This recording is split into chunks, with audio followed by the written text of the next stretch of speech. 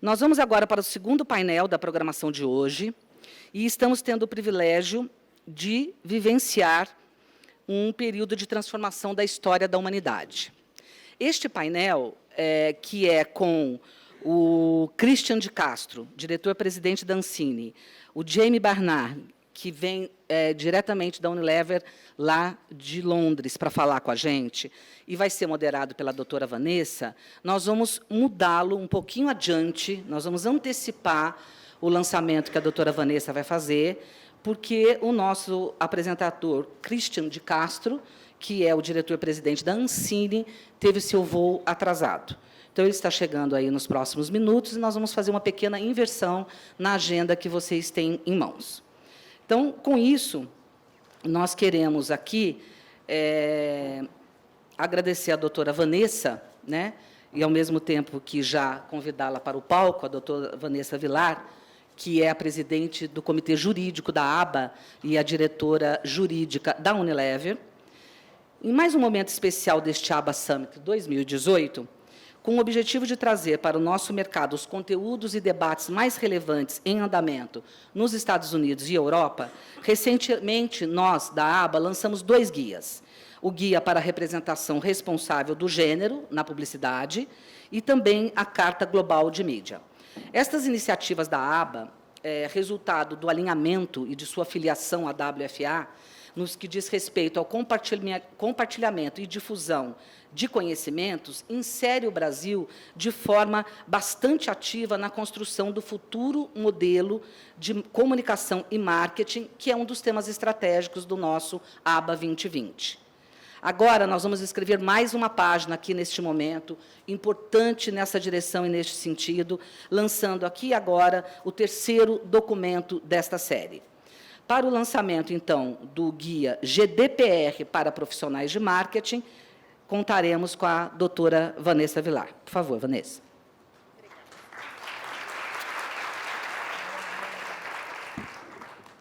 Bom dia a todos.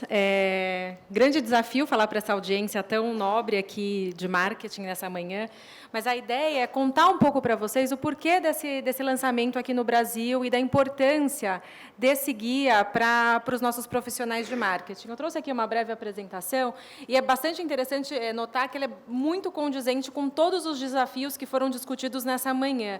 De fato, o mundo mudou, o marketing mudou e o consumidor ele tem mudado, né? E o grande desafio que se coloca diante dos profissionais que precisam engajar seus consumidores é como fazer isso nessa era de dados, que é absolutamente dinâmica, que traz novos desafios, de uma forma a conquistar esse consumidor a compartilhar seus dados conosco, porque a gente vai poder fazer um marketing muito melhor se a gente tiver conhecimento disso.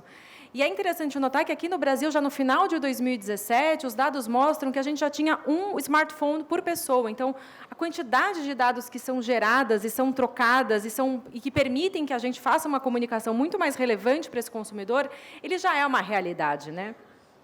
Se o Facebook fosse um país, ele já seria mais populoso que a China.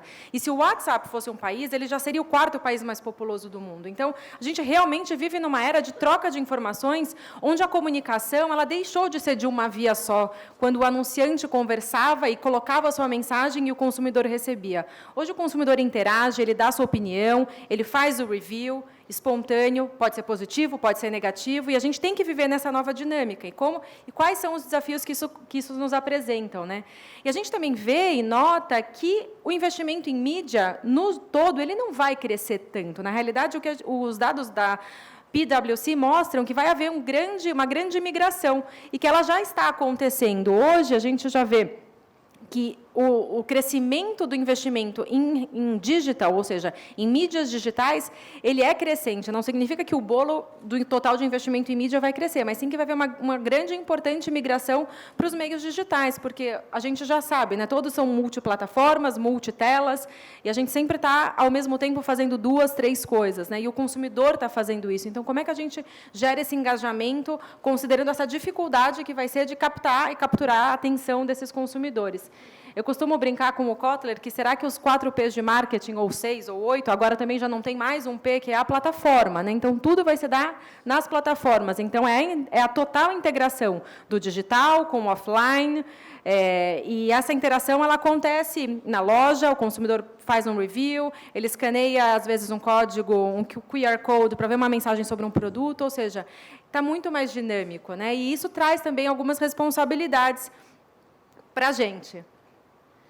Definitivamente, a gente está vivendo uma nova ordem mundial. Não, os parâmetros mudaram, o consumidor mudou, e cada consumidor, com o smartphone na mão, ele tem um importante veículo de comunicação em suas mãos. Então, nessa nova dinâmica de uma conversa muito menos impositiva do ponto de vista dos anunciantes, que estão conversando com seus consumidores, a gente tem 2 grandes desafios. Eu diria que, de tudo que a gente vai falar e do guia que a gente vai lançar, que a gente está lançando nesse momento, as 2 grandes palavras de ordem são transparência e consentimento.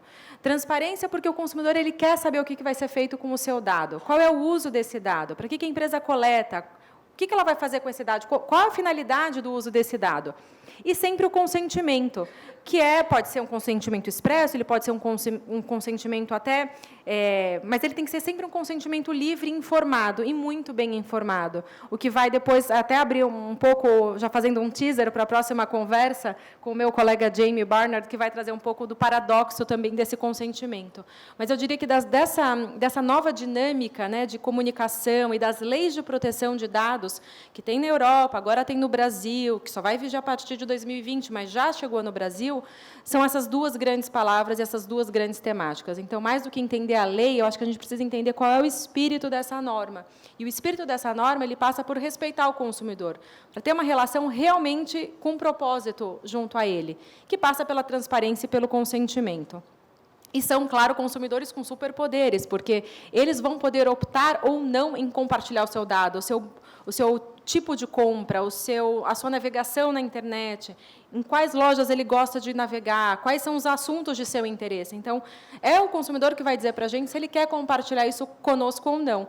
E, certamente, ele vai querer compartilhar com empresas que eles sabem que respeitam os seus dados, que respeitam a sua privacidade e que vão fazer um uso responsável dessa informação. E aí, com isso, eu passo um videozinho para vocês.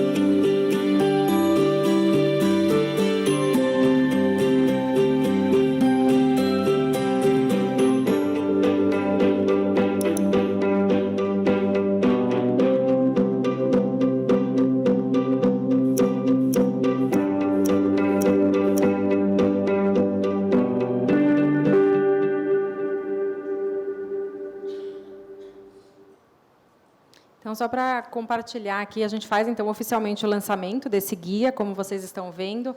A legislação de proteção de dados na Europa, ela entrou em vigor no dia 25 de maio. E muito se falava no mercado e nas notícias o quanto ela impactaria o Brasil, e a gente percebeu até uma certa necessidade de trazer essa informação para os nossos associados. Então, o Comitê Jurídico se debruçou sobre o tema e aproveitando, né, da parceria da WFA e a necessidade que a gente tem de se manter conectado com o mundo também, a gente traduziu, então, fez o lançamento agora em português do guia, que ele traz 5 passos bastante rápidos, né, além do consentimento e da transparência, ele vai além e ele fala realmente, né, de como deve ser o consentimento, quando o consentimento não for uma opção, o que se pode ser feito.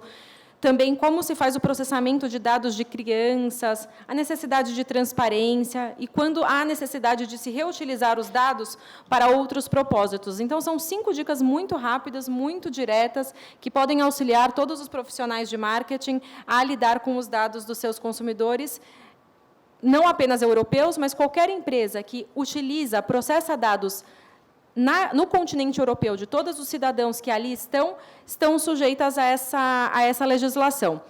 Para quem acha que não é tão importante, porque parece que está longe, a gente está aqui no Brasil e a lei do Brasil ainda não está em vigor, será que isso é importante? Talvez as multas convençam. 4% do faturamento, multas aplicadas pela autoridade europeia, que já é bastante sólida e tem bastante entendimento em relação ao tema, porque já vem de uma cultura de privacidade bastante longa. As multas elas podem alcançar até 4% do faturamento global da companhia ou 20 milhões de euros, o que for mais alto. Então, realmente, só pelo valor da multa, eu acho que dá para a gente perceber que é algo importante de ser observado. E aí, também, dentro do comitê jurídico, a gente falou, olha, tem os 5 guias, tem os 5 passos da WFA, mas o que a gente também pode fazer para auxiliar o mercado e trazer mais uma informação relevante em relação à aplicação dessa lei? Então, a gente também criou as 10 coisas que você precisa saber sobre o GDPR, porque muito se fala, e, no final do dia, esses são os 10 elementos básicos que todos nós precisamos saber para tratar dessa lei, até para, quando ouvir uma notícia, falar, não, será que é isso mesmo? Aqui tem um pouco da desmistificação de alguns elementos que foram até falados um pouco quando da implementação dessa lei. Então, convido a todos para que conheçam esses materiais, e eu queria aproveitar para deixar um grande agradecimento ao Comitê Jurídico, a todos os meus colegas do Comitê Jurídico da ABA, que muito se dedicaram em termos de tempo e de conhecimento para a gente chegar a esse resultado. E aqui, só antes de encerrar, como a Europa precisou se preparar para a implementação dessa lei, que falava do consentimento livre, específico, informado, muitas empresas enviaram enxurradas de e-mails para a sua base de dados para tentar obter esse consentimento. Então, imaginem, você recebendo e-mail de todas as empresas com as quais você compartilhou algum dado alguma vez na vida. Certamente foram centenas de milhares de e-mails enviados, e muitos deles começaram a ir para o spam, e as empresas não obtinham o consentimento. Eu trouxe aqui um exemplo do Manchester United, que eu achei bem interessante. Eles fizeram um convite para os seus consumidores, para os seus torcedores, no backdrop de um jogo de futebol, e aí, quando você entrava no site, ele tinha uma promoção. Então, quem ficou curioso para ver o que era Stay Together ou Stay United, eles entravam no site e verificavam que tinha uma promoção, que as 10 primeiras, as pessoas que entravam no site para se cadastrar para a implementação do GDPR, concorriam a uma camisa autografada, ou seja, também dá para se preparar para a implementação de uma lei de uma forma que seja engajadora e que traga o consumidor para a conversa. Com isso, eu agradeço e deixo aqui um convite a vocês conhecerem o guia. Obrigada.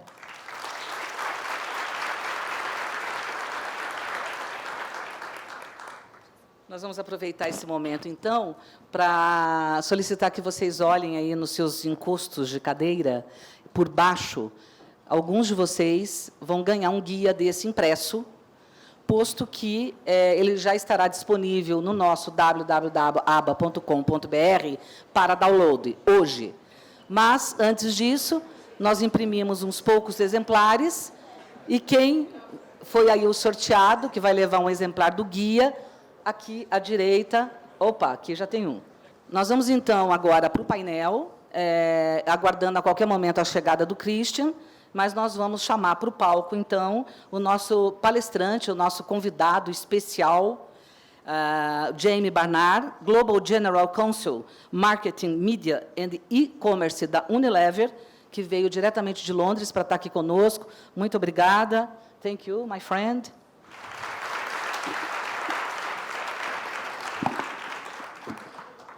Ganhou? Aqui. Quem ganhou o guia, nós vamos entregar aqui na lateral, aqui à direita, por favor. E a doutora Vanessa vai moderar esse painel. Assim que tivermos notícia que o Christian chegou, ele será convidado a vir ao palco. Nós vamos começar, então, pelo Jamie. Por favor, Jamie. I think I'll make a quick introduction to Jamie, which I thank for his presence here in Brazil. He came just especially for this meeting today with us. And Jamie, the floor is yours. You decide.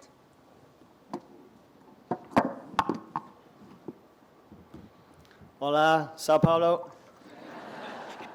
That is as much Portuguese as I can manage. It's a very difficult language.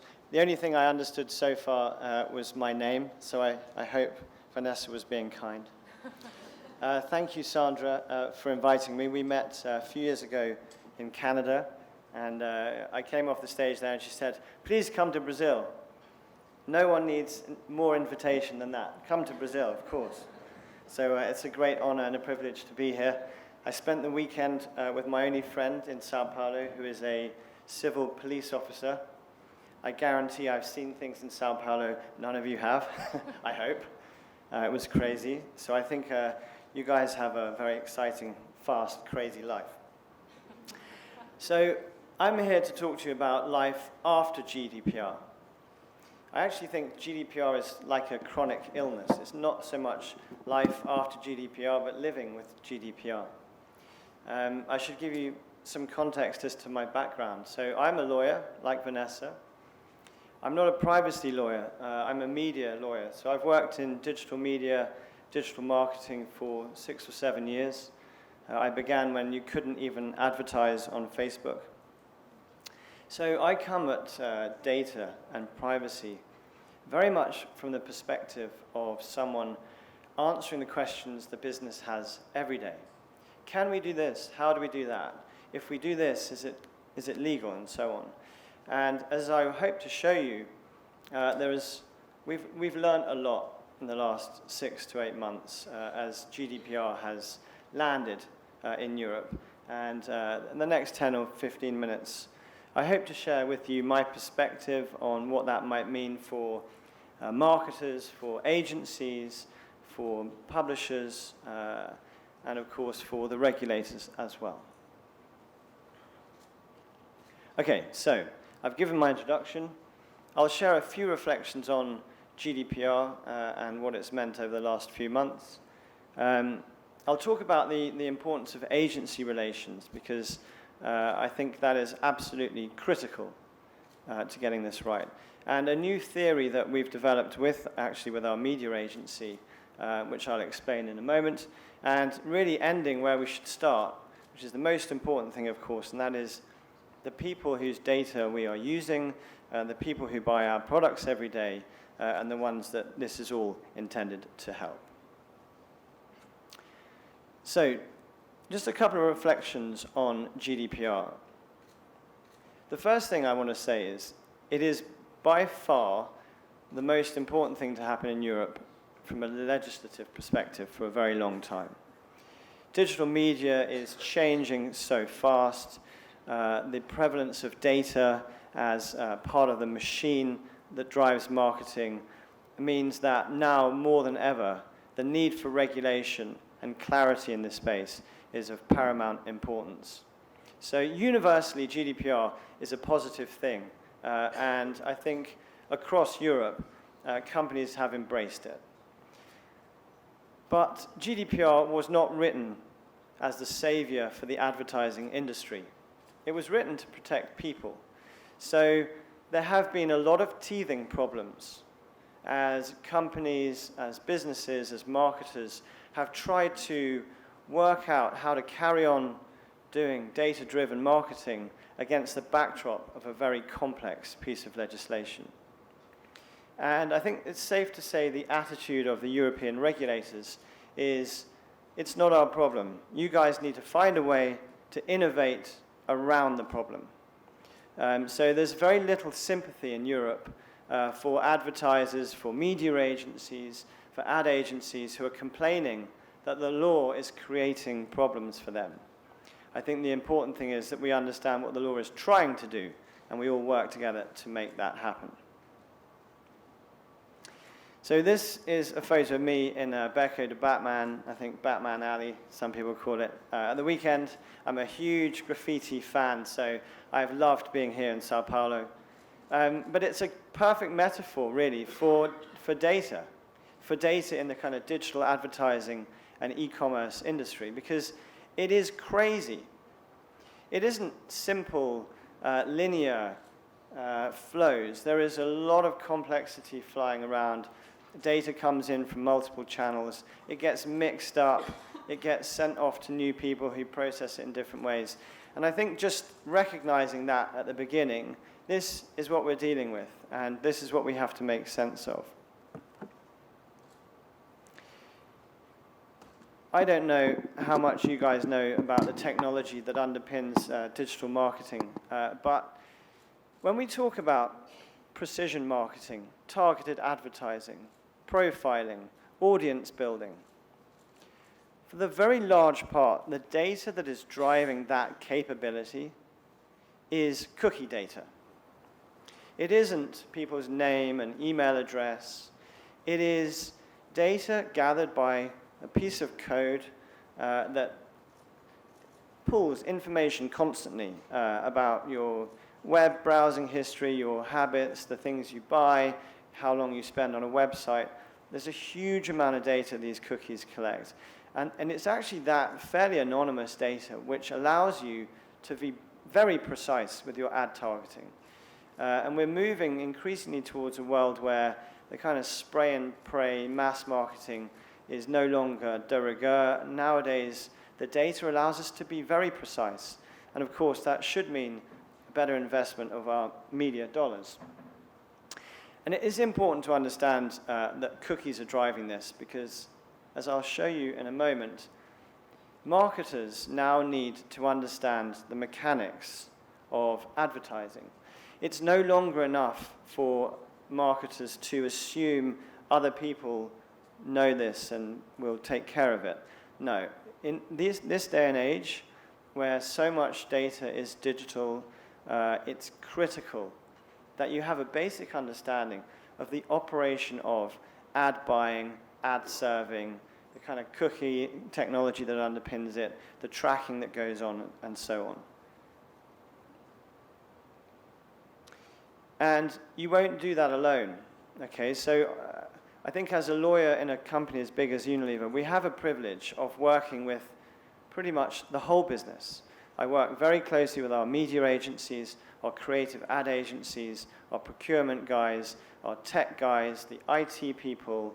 So you start to realize that for this to work really well, for companies to really start driving data marketing, you need to get this collaboration perfect. It's like the pit crew in a Formula One lane, and it's beautiful. Now, nowhere is more important than your relationship with your media agency. Now, I understand the landscape in Brazil with your creative agencies often buying media for companies. So when I say media agency, I mean whichever agency is buying your media. Now, just to share a little bit of insight, and I know agencies are here in the room, so I'm not here to assassinate anyone, but to say one of the things that we've learnt in the last year is agencies have their own business. Their business is being disrupted quite heavily. There are lots of seismic changes going on in the industry. And the last year has seen two things collide. Agencies trying to work out what their business model will be for the future, and companies like us trying to work out what our strategy is from a data perspective. And for a while, those two things were butting heads. And what we've seen in the last 6 months is a total reversal, where we've actually been really transparent with our agency about exactly what it is that we want to do strategically from a data marketing perspective. And our agency is being quite upfront about what it is that they're hoping to achieve as well.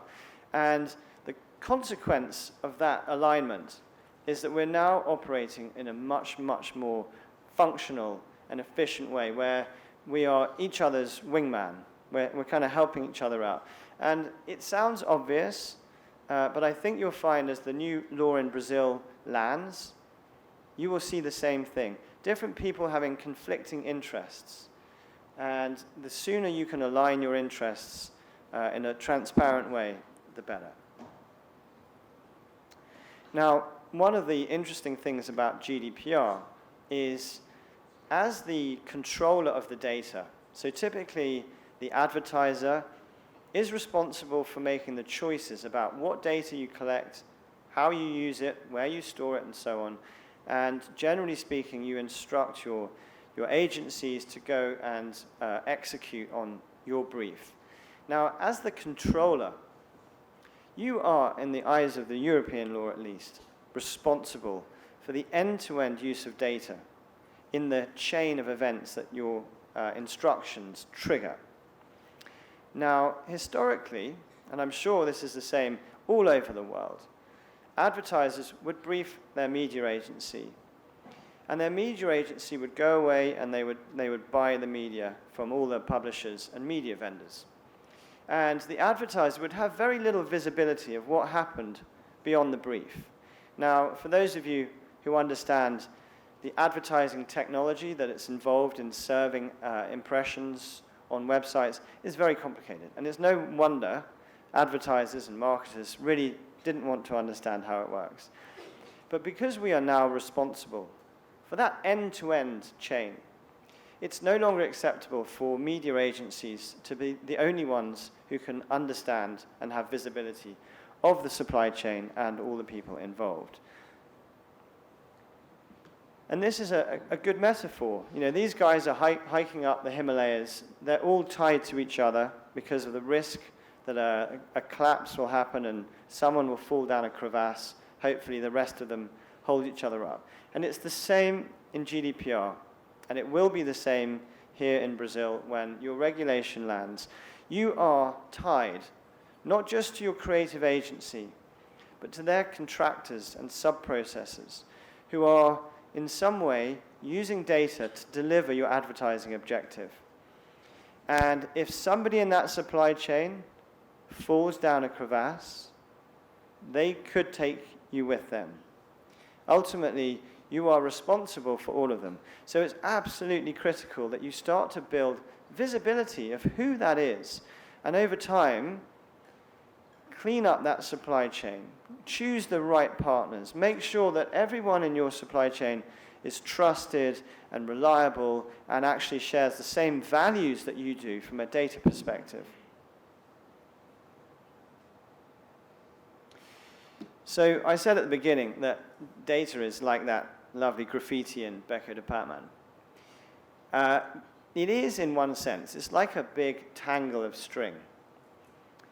And what we've learned over the last year is if you can disentangle that string, if you can separate the streams of data, it becomes quite easy, actually, to understand what is happening, to spot where the risks are, to ensure that where permission is needed from the consumer, that has been locked down properly. And once you start to create this level of simplicity, which is always achievable, always, yeah? If you find the right people, usually technology people in the companies involved, you can always get to this level of simplicity. I mean, it won't look like this. Usually the rope is all wrapped together and goes off in spiders, but if you can get this kind of transparency, then and only then can you actually start changing the way you trade data and use data. And ultimately, you need this because you will have to tell the story to your consumers. Yeah? You will have to translate what you're doing as a company with their data back to them in a way that's meaningful. And I'll come on to how difficult that is in a moment. So the consumer. We are all consumers in this environment. Yeah? We've all shared data with millions and millions of people over the last decade or so. And ultimately, regulations like the GDPR are only there to make life clearer, more certain, more controllable for the people whose data gets used every day. And I think it's really important that we as big brands start to really lead this. And I think we need to start putting people first rather than data first. If we don't, you're kind of biting the hand that feeds you. Now, the reality is, in this day and age, that technology has moved much faster either than consumer behavior or than the kind of compliance of companies like ours. And the regulation as it currently stands has created this paradox. So this is the Instagram privacy notice. It's 10 pages long. And this is no different, frankly, to Unilever's privacy notice or any other publisher or any other advertiser out there. But it's 10 pages long. And I can tell you two things. One, if you read it, you will understand the half of it that doesn't matter, and the half of it that is really important is too complicated. You need to be a technology lawyer to fully understand it. The other reality is there's nothing you can do about it. If you look at people with cookie notices that tell you what kind of cookies the website uses and how you can disable them or select which ones you can use or not, it's even more complicated. And we are in this reality where the regulation has tried to give more rights to people, it's tried to give more control to people, but it's given so much control that it's impossible for anyone to exercise any meaningful control at all. If you think how many apps you have on your phone, how many websites you visit in a year, you're talking hundreds. Every single one has a 10-page privacy notice, a 10-page cookie notice, which, to exercise any control, takes you to 100 cookie publishers. It is a crazy situation, and that's the consent paradox, which is why I think the next phase for all of us, and I mean all of us, media agencies, creative agencies, advertisers, regulators, is to understand that less is more. We need to find a world where consumers don't have to read a privacy notice or a cookie notice to understand what is going on with their data. It's a reality. Nobody does. Nobody understands it when they do. So the next phase is where we create technology. It might be blockchain. It could be some other more simple technology that allows people to have trust in brands, to use data the right way without having to go through the detail of these notices. So that's kind of my call to the industry. It's very relevant for ABBA. It's high on the agenda of the World Federation of Advertising. And I think it's all incumbent on us to realize that actually, if we do the right thing by the consumer, it will end up in all of our interests. So with that, thank you very much.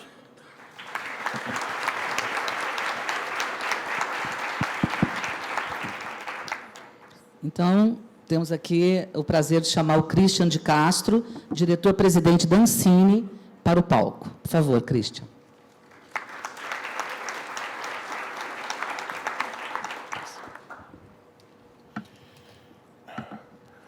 Bom dia.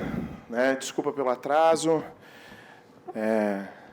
Tempos corridos, trabalhando numa agência reguladora, às vezes um pouco mais do que o normal.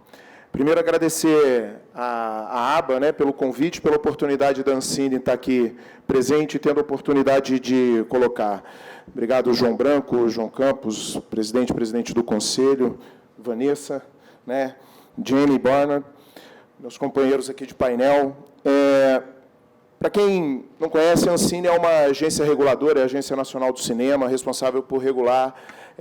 Tem o cinema no nome, mas hoje todas as plataformas, todo tipo de conteúdo que é circulado nas plataformas brasileiras, acaba que a Ancine é responsável pelo seu controle. Nesse momento, a gente está no âmbito do Conselho Superior de Cinema, lidando aí com a regulamentação do vídeo sob demanda no Brasil, aí liderados pelo ministro da Cultura, o ministro Sérgio Saleitão. A Ancine foi criada em 2001, na medida provisória 2228, e de lá para cá veio expandindo esse seu foco do cinema e para as outras plataformas. Durante muito tempo, aí, nos últimos 12 anos, a Ancine foi gerida por um mesmo presidente, Manuel Rangel, implementou várias conquistas para a produção independente brasileira e para a conexão, vamos dizer assim, com o mercado e para a expansão do conteúdo brasileiro, principalmente a partir de 2012, com a Lei 12485, que é a Lei do Serviço de Acesso Condicionado, que permitiu a expansão da base de assinantes, né, de TV por assinatura. No Brasil, a gente saiu de 3 milhões de assinantes para 20 milhões de assinantes. Hoje a gente está aí com algo entre 18,5 e 19 milhões de assinantes, promovendo a entrada das empresas de telefonia nesse mercado de distribuição de conteúdo e estabeleceu uma cota para a produção independente nacional. Isso promoveu um crescimento explosivo na produção independente, na capacidade de entrega e amadurecimento do setor. Isso provocou uma transformação muito grande da forma como o setor se relaciona, né, com o mercado, sobretudo também com as marcas. A produção independente brasileira, historicamente, ela veio desconectada, muitas vezes, do mercado, né? A gente não tem, como nos Estados Unidos, durante muito tempo, né, o broadcaster não produzia seu próprio conteúdo de entretenimento. Sempre isso promoveu um crescimento forte da produção independente americana, com ganho de escala e promovendo a dominância que a indústria do conteúdo americano tem hoje. Aqui no Brasil, a gente não teve essa oportunidade, né? O broadcaster no Brasil, ele produz o seu próprio conteúdo de entretenimento, né? É uma operação verticalizada, isso travou a produção independente, que ficou muito localizada no cinema. Cinema é artesanato, né? Alta costura, vamos dizer assim. É um project management complicado, demora tempo para fazer e é difícil ter ganho de escala com o cinema. Isso deu uma segurada no nosso trabalho, a produção independente brasileira cresceu conectada com a publicidade, né? As grandes produtoras brasileiras são prestadoras de serviço, elas não são criadoras de propriedade intelectual capazes de serem escaláveis globalmente, como as produtoras americanas e as produtoras europeias. No Brasil, o grande produtor independente ele é um prestador de serviço, ele é uma empreiteira, ele não é uma incorporadora, né? Então, no cinema, ficou muito restrito, né? O criador de propriedade intelectual ficou no cinema da pouca escala, a nossa língua tem pouca penetração global, então isso causou uma trava. A partir de 2012, com a 12485, houve a possibilidade das produtoras mais estruturadas atacarem de maneira mais consistente o mercado de TV por assinatura, e isso provocou um crescimento. No ano passado, houve uma mudança muito grande na diretoria colegiada da Ancine, vários mandatos foram terminados, e já no governo do presidente Temer, com o novo ministro, o ministro Sérgio Sá Leitão, houve uma mudança, então, diretor da Ancine, alçado à posição de ministro, houve uma mudança de 3 diretorias, de 4, a Ancine tem 4 diretorias, houve uma mudança de 3 diretorias. Eu tive a honra de ser convidado para ser diretor da agência, ontem completei 1 ano na diretoria da agência, e em janeiro desse ano eu fui empossado como presidente da agência. Eu sou engenheiro de formação, eu trabalhei no mercado financeiro na década de 90, eu trabalhei no Banco de Investimentos Garantia e no Unibanco, e tive a sorte de poder escolher o que fazer da minha vida ali, 99, 2000, e escolhi trabalhar com produção de conteúdo audiovisual, mas mais na ponta da estruturação financeira, pela conexão que isso tem com o mercado de Venture Capital e Private Equity, né? Estruturando fundos de investimento no capital de empresas, de economia criativa e tecnologia, e produzindo filmes. Isso não acontece por acaso, porque eu tive a sorte de ter dentro de casa um irmão criador. Meu irmão é diretor roteirista, estudou em Los Angeles, e daí, por conta disso, a gente acaba entrando e se apaixona pelo negócio, sempre gostei. Essa semana é uma semana de mostra, a gente está aqui em São Paulo assistindo muito filme brasileiro.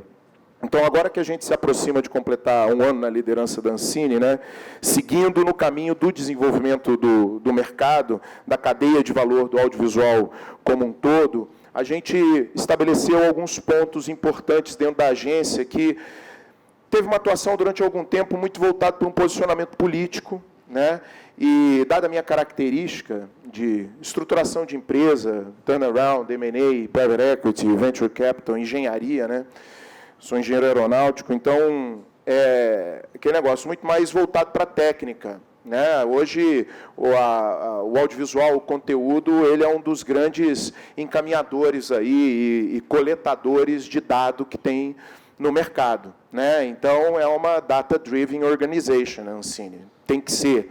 É a partir daí que a gente consegue extrair a narrativa do dado e entender para onde que a gente quer andar. Então, a Ancine sempre foi muito burocrática, travando a operação, não possibilitando o andamento do privado e da relação com as entidades privadas e com o mercado organizado. Então, a nossa base, né, é a desburocratização, a segurança jurídica, a previsibilidade. Dinheiro é um bicho que tem medo, né? Então, a gente tem que ter previsibilidade, segurança jurídica, tecnologia. Esse é um negócio intensivo em tecnologia. Tudo que é exponencial hoje é uma conjunção de conteúdo, entretenimento, mídia e tecnologia. A gente vê as empresas mais valiosas do mundo, elas têm isso em alguma medida, mais ou menos, né?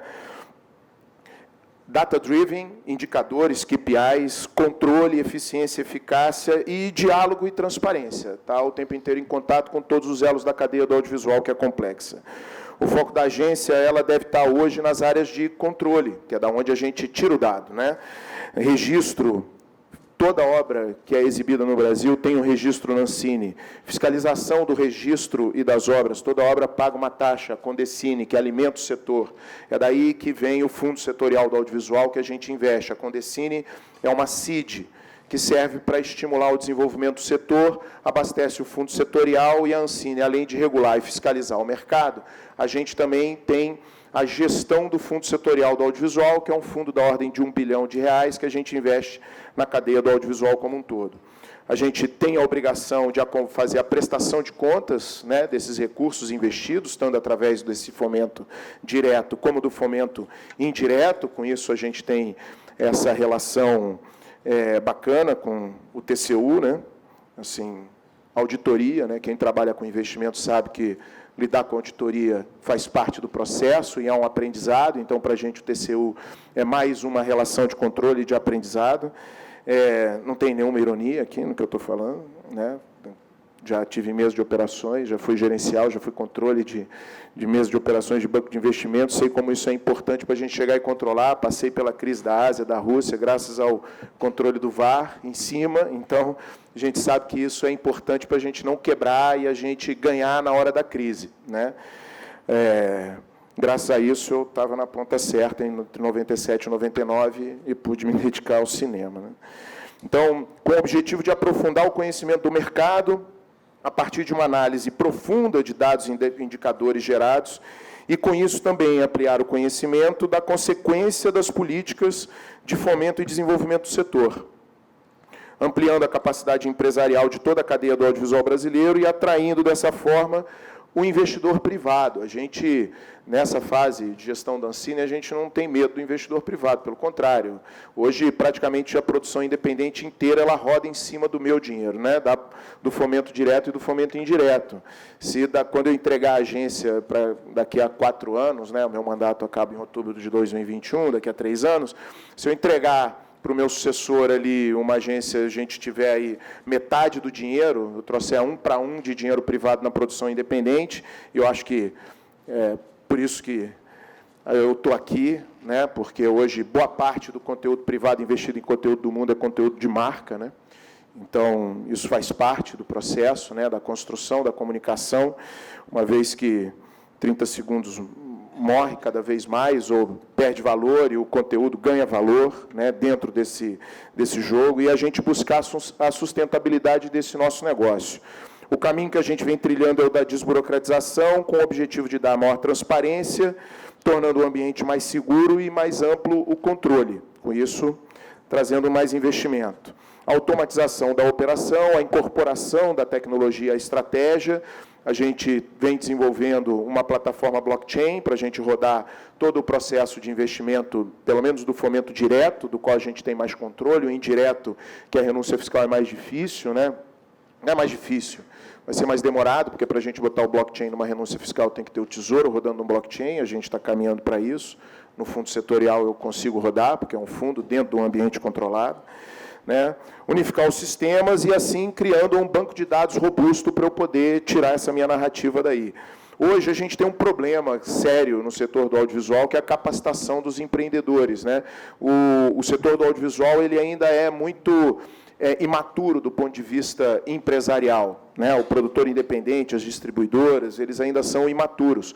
As produtoras independentes brasileiras, mesmo as maiores, elas são pequenas, faturamento da ordem de 30 milhões de dólares. Isso não é nada. Todo o setor de produção independente brasileiro ele é pequeno, média empresa no padrão BNDES. Então, assim, falta alavancagem, falta capacidade de alavancagem para o setor. Isso advém da falta de capacitação do empreendedor, né? O empreendedor brasileiro, em média, ele é mal capacitado, ele não é preparado para enfrentar o mercado, né? A nossa academia prepara pouco. Passou a preparar agora, né? Dentro dessa nova economia digital, a nova geração, vamos lá, a geração do meu filho tem 21 anos, né, é uma geração mais acostumada a lidar com o empreendedorismo, buscar a inovação, buscar a modelagem de negócio, o design thinking. A nossa geração, não, é mais difícil, né, é a coisa da administração e não do empreendedorismo, né. Em cima disso, só tendo empresas fortes, a gente consegue ter um mercado forte. Então, por isso, a capacitação dos empreendedores, para assim a gente conseguir ser competitivo no nível global, né.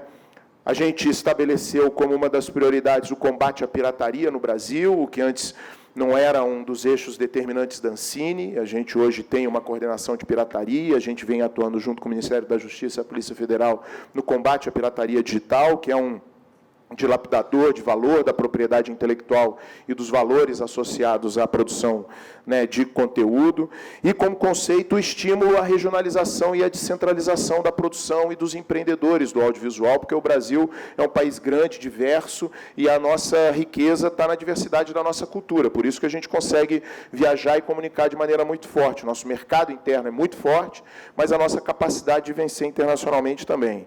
Então, a ideia de aprofundar os conhecimentos das necessidades dos empreendedores é fundamental para a gente construir uma política pública com maior impacto na criação de emprego, valor e renda para a sociedade brasileira.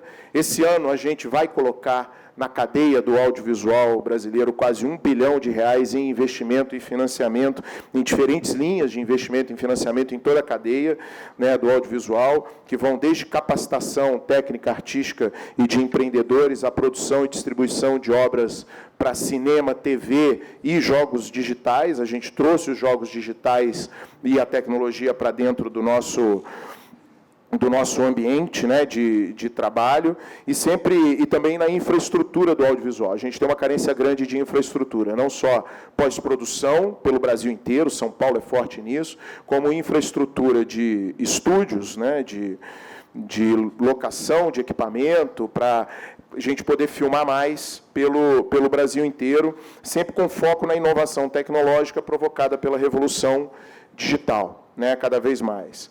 As oportunidades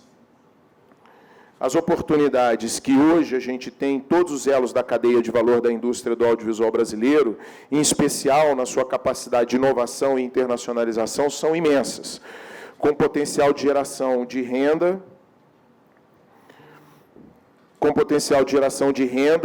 e empregos a partir dessa oportunidade difícil de ser igualado aí no curto prazo, né? A atividade audiovisual ela é diversa na essência, né? Ela é inclusiva, não tem preconceito. E a gente emprega desde o nível técnico, no set de filmagem, até PhD, quando a gente fala de data-driven e computer graphics, e realidade virtual e realidade aumentada, que são a característica dessa evolução do nosso mercado hoje, né? Construção de algoritmos. Então, ela é diversa, emprega, intensiva em conhecimento, né? O caminho, a partir de agora, que a gente vive uma mudança, né? É impossível não abordar o tema, estando, né, numa função de Estado e tendo que meu mandato transpassa esse presidente. Então, o caminho que a gente tem a seguir agora é do diálogo institucional com o futuro presidente e a sua equipe, né? Buscando, baseado em análises técnicas e indicadores, expondo essa capacidade que o nosso setor tem de alavancar emprego, renda, valor, por meio da criação de propriedades intelectuais audiovisuais, que é um produto estratégico não apenas para a formulação, né, para a formação cultural do país, mas também para difundir as nossas histórias, as nossas narrativas, criar valor, gerar receita, contribuindo para o aumento das exportações, né, do investimento privado, aliado à tecnologia e das perspectivas de atração de turismo para o Brasil, né, a partir do aumento da segurança e da exposição da marca Brasil, uma vez que a gente está aqui falando de marca, né. Então, agradecer de novo aí a ABA, dizer que na Ancine a gente está de portas abertas para falar com todos, né, todos os setores da sociedade que trabalham com o conteúdo. O objetivo é a gente dar uma acelerada e trazer uma visão, vamos lá, de certa forma mais moderna, conectada com o mercado, para a gente aproveitar para mudar de patamar. E sozinho, apesar de ter um razoável volume de recursos por ano dentro desse setor, mas é pequeno comparado em níveis globais de investimento, se a gente compara aí dentro das agências internacionais, como o British Film Institute, Canada Media Fund e mesmo o Centro Nacional de Cinematografia da França, a gente tem um volume de recursos para investimento aí na mesma ordem, em alguns casos até maior. A gente está entre os maiores investidores da cadeia de valor públicos do mundo. Só que, dentro do ambiente privado, dentro da produção independente, do mercado independente, produção independente, distribuição, a exibição, né, fora desses grandes grupos, né, de radiodifusão e dos grupos internacionais, o investimento privado, ele na produção independente, na criação de propriedade intelectual escalável, né, multiplicável dentro desse ambiente digital, para a gente, né, poder lidar aí com uma visão transmídia, né, essa coisa do transmídia storytelling, do gamification, trazer as marcas para dentro do conteúdo, a gente chegar numa maturidade de um House of Cards que tem 135 marcas dentro do House of Cards. Tem 135 marcas pensadas no House of Cards dentro. Cada personagem é pensado que tipo de marca cada personagem vai entrar e é vendido aquilo ali em cima de cada personagem, cada episódio, cada temporada, cada plano, cada sequência. Não por acaso, 1/3 da propriedade House of Cards, né, na sua origem, é da WPP. O House of Cards é uma propriedade, tem 3 investimentos, Goldman Sachs, AT&T e WPP.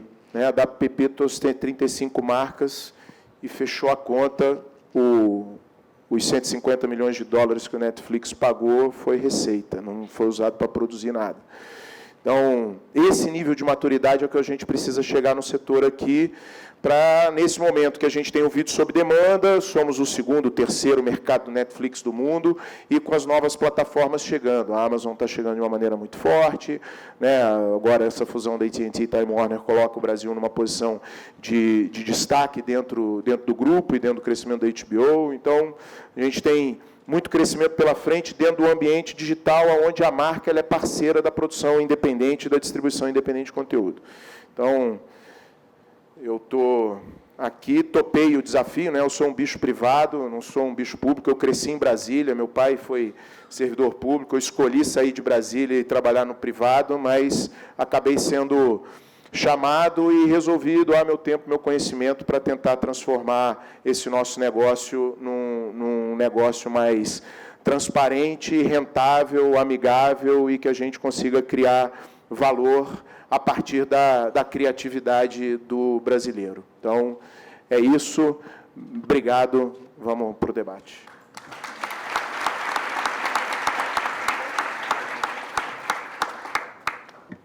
Acho que nós temos alguns minutos agora para perguntas. Eu não sei se vai ter pergunta da plateia. Enquanto a gente verifica se haverá pergunta da plateia, eu gostaria primeiro de parabenizar a ambos palestrantes. Foram discussões bem interessantes. E um dos elementos que ficou muito claro em ambas as apresentações foi a necessidade de colaboração entre os elos do mercado. Então, aproveitando essa instigação, eu gostaria de perguntar ao Christian, considerando o mundo digital que veio para ficar, que todos os mercados e todos os elos de cadeia produtivas que a gente conhecia até então, eles estão sendo abruptamente alterados. Qual é o grande desafio que você vê para os próximos anos e como que essa cadeia de valor ela pode continuar crescendo considerando o advento do digital? Olha, eu acho que é um pouco do que eu falei.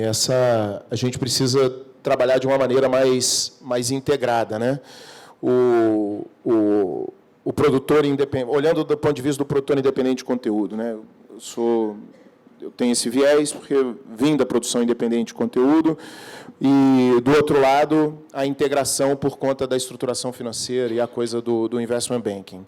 Então, olhando do ponto de vista da produção independente de conteúdo, o produtor independente de conteúdo ele é um sujeito muito criativo na hora de contar história, de criar as histórias e procurar essa conexão.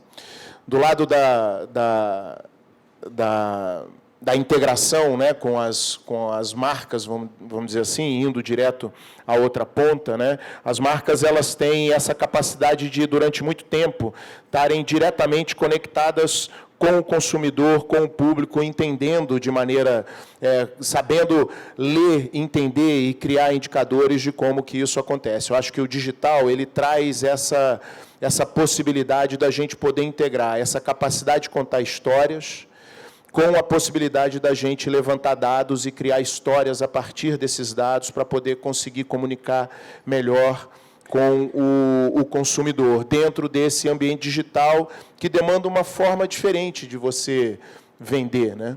Diferente do que, pelo menos aqui no Brasil, durante muito tempo, a gente tem uma radiodifusão, né, uma TV aberta muito forte e que consolidou uma maneira de vender muito característica, né? A coisa dos 30 segundos é uma questão muito característica. Agora, eu tenho um filho de 20, tenho uma filha de 13, que, assim, para essa galera não se vende mais com 30 segundos. Então, é uma forma diferente de vender e de comunicar. Então, o digital, nessa integração, é um jogo de aprendizado das duas partes, a leitura dos indicadores e a capacidade de construir histórias a partir desses indicadores para comunicar com o mercado. E aí a gente traz o recurso privado para dentro dessa produção, né? Em cima de diferentes formas de se comunicar, que é o que a gente já vê nos mercados maduros, né? Eu acho que Inglaterra e Estados Unidos eles dão aula para a gente nisso, não por acaso são mercados, né, potentes nesse sentido, na capacidade de atração de marcas. Então, a gente tem muito a aprender nesse momento, e do nosso lado aqui é o sem preconceito, né? É abrir e não ter medo de receber esse investimento e trabalhar junto e co-criar, né? Obrigada, Christian. Now, hand over to Jamie. One question for you. Considering taking advantage of your experience in implementing the GDPR in Europe and all the discussions that I'm sure you've had within the WFA, what would you say was the most critical point for us, Brazil, to be also prepared and aware for the compliance of the Brazilian data privacy law? We would like to learn from your experience. I'm not sure I fully understood the question. The critical point for us, taking advantage that you have gone through the implementation of GDPR in Europe and all the discussions I'm sure you've had within WFA, what would you be your advice in terms of the critical points or points to be taken into account while preparing for the compliance with the privacy law? Perfect. Thank you for that. And now at least I know I'm answering the right question. So I don't know how many people are familiar with the 7 stages of grief. I think it starts off with anger, then it goes through denial, and then eventually, I don't know, shock, pain, and then finally acceptance. You are fortunate that other people have gone before you, so you kind of have a sense of what's coming. But if I'm not mistaken, the regulation won't be enforced for at least a year, which gives you guys a big run-up. And I would use that time wisely. I would do a few things. One, ask Santa Claus for a really sophisticated technology stack. Yeah, a big bundle of really good tech, because ultimately the challenge you will face is, from a regulatory perspective and from a consumer perspective, you need to know what data you're using, where it came from, what permission came with it, when it should be deleted, and so on. And you need to know that pretty much instantaneously. So from a governance point of view, technology is a huge unlock. In fact, once you've got the governance in place, it then allows you to start being really creative. And I promise you, creativity without governance is a contradiction in terms, yeah? You will constantly hit problems every time. So the simpler, well, the more sophisticated the tech stack, the simpler, the quicker it'll be to kind of unlock the problems, the more creative you can be. So that's the first one, is really invest in technology. The second one is delete all your old data. If you can't identify what permissions came with it, and it's more than a couple of years old, it's probably not that valuable anyway. I think, I don't want to give statistics because I know they get reported in the press.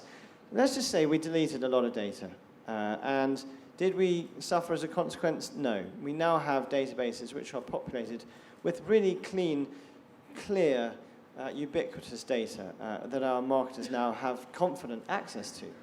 So I would build the technology, I would clean out the closet, and then I would start working on people. Become mechanics, understand how it works, simplify the systems, and then really encourage pilots, small, innovative uses of data, where you're kind of testing, learning, maybe making a few mistakes, but then you understand exactly what to do next. So those would be my three suggestions. Thank you, Jamie.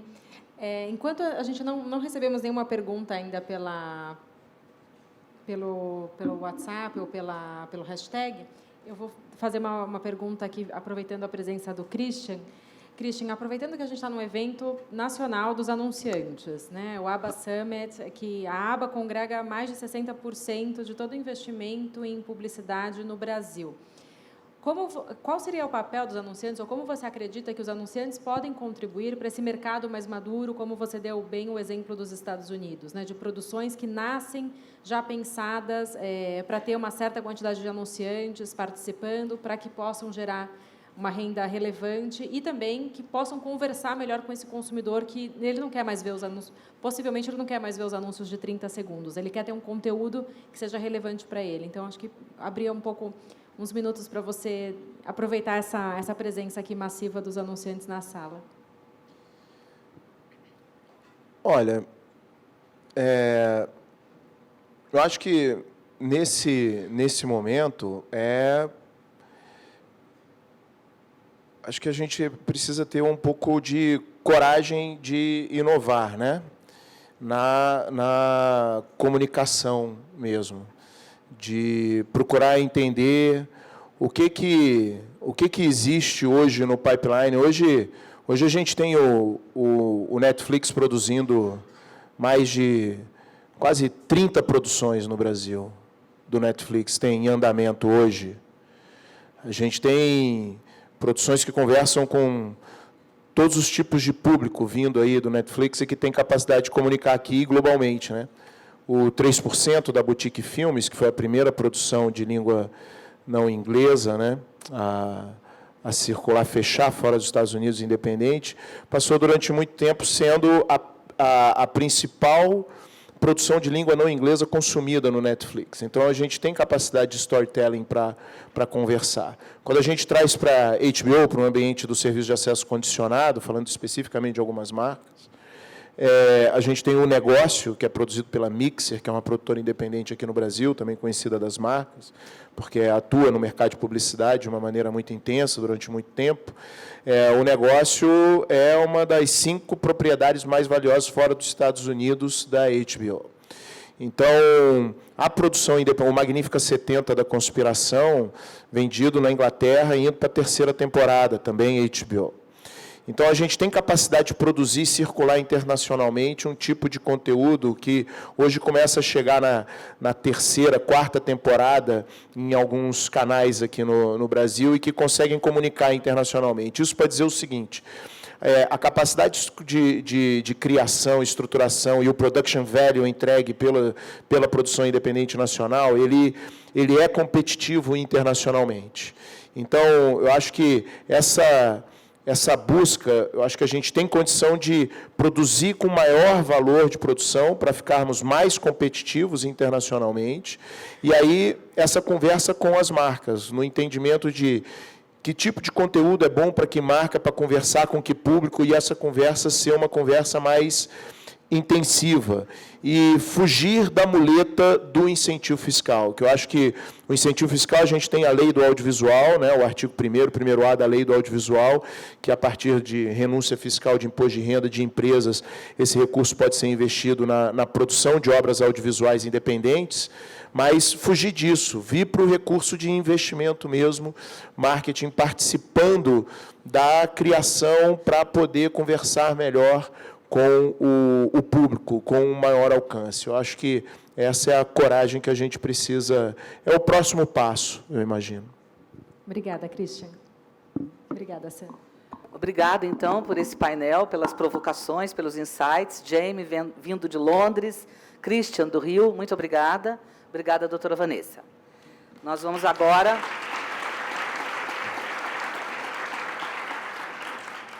Enquanto vocês fazem a foto oficial com o Edu, nós vamos, então, chamar o último painel do ABA Summit 2018, e o tema é Mulheres e Diversidade. O assunto está cada vez mais em evidência e é um exemplo do que o marketing pode influenciar em direção a uma mudança muito positiva. Exemplos claros desse movimento, protagonizados por marcas de diversos portes e segmentos, podem ser encontrados no nosso guia de representação responsável do gênero da publicidade, que citamos há pouco. É possível fazer o download do documento no portal da ABA. Para esse tema, então, tão efervescente do momento, gostaria de convidar com muito prazer para o palco Isabel Aquino, diretora de planejamento da Reds Propaganda, que é a nossa agência Publicidade Pro Bono. Por favor, Isabel.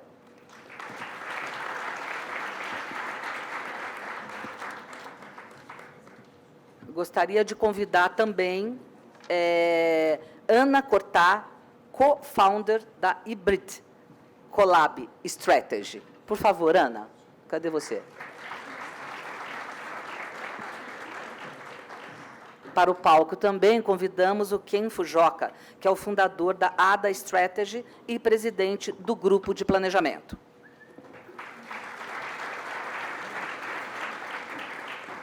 E para moderar esta conversa, ou para apresentá-los, nós gostaríamos de convidar Daniele Bibas, que é a vice-presidente global de comunicação e marca da Avon e é conselheira da ABA. Com você, Isabel, ou com você, Dani. Oi, gente, bom dia. Vocês vão ver aqui hoje duas apresentações. Uma que a Ana e o Ken vão fazer e depois a Isabel vai fazer outra.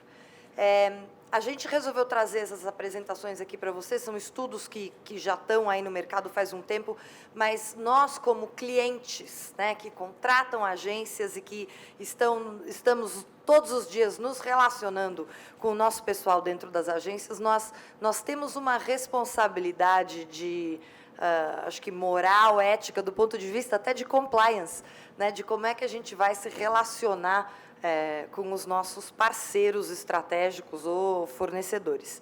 Eu vi a primeira apresentação que a Ana e que o Ken vão fazer, eu vi ela o ano passado, quando ela saiu na internet, e eu fiquei chocada.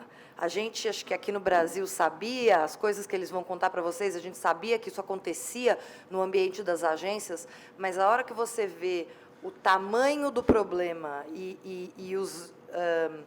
e os quotes que a gente vai ver de pessoas, né, reais, né, as aspas de o que foi contado, o que aconteceu com elas, eu acho que realmente você para pensar e para reavaliar, será que não está na hora da gente pensar como é que a gente precisa trabalhar nesse mercado, qual é a nossa responsabilidade como cliente, do ponto de vista do que a gente está pedindo para as agências e como a gente está se relacionando neles, para que a nossa ética de trabalho, a nossa estrutura de trabalho melhore como um todo nesse ecossistema no qual a gente faz parte. Então, eu vou deixar os dois fazerem as apresentações. A primeira é focada em assédio, a segunda fala de diversidade na publicidade, e depois a gente vai abrir para perguntas aqui. Enquanto ele testa, só para vocês saberem, nós lemos essa apresentação, porque nós tivemos o cuidado de... Thanks for keeping your mouth shut.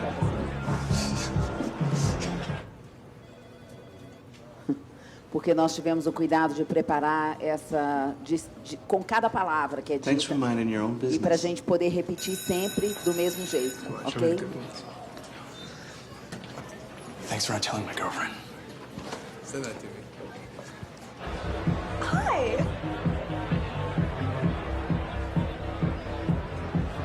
Thanks for not telling anyone. When you do nothing, you're helping him. But when you do something, you help her. Então vamos à apresentação. Ok. Vai ser um apaga-acende toda hora, porque tem vários vídeos, tá bom? Vamos lá, então. Mulher, 45 anos. Num fechamento de um grande negócio, o diretor olhou para mim e disse na frente de todos que, como ele havia ajudado a fechar o negócio, eu deveria dar uma chupadinha no pau dele. Fez um gesto com a mão em direção ao órgão. Como ele era tido como uma pessoa engraçada, todos riram da situação. Ninguém fez nada.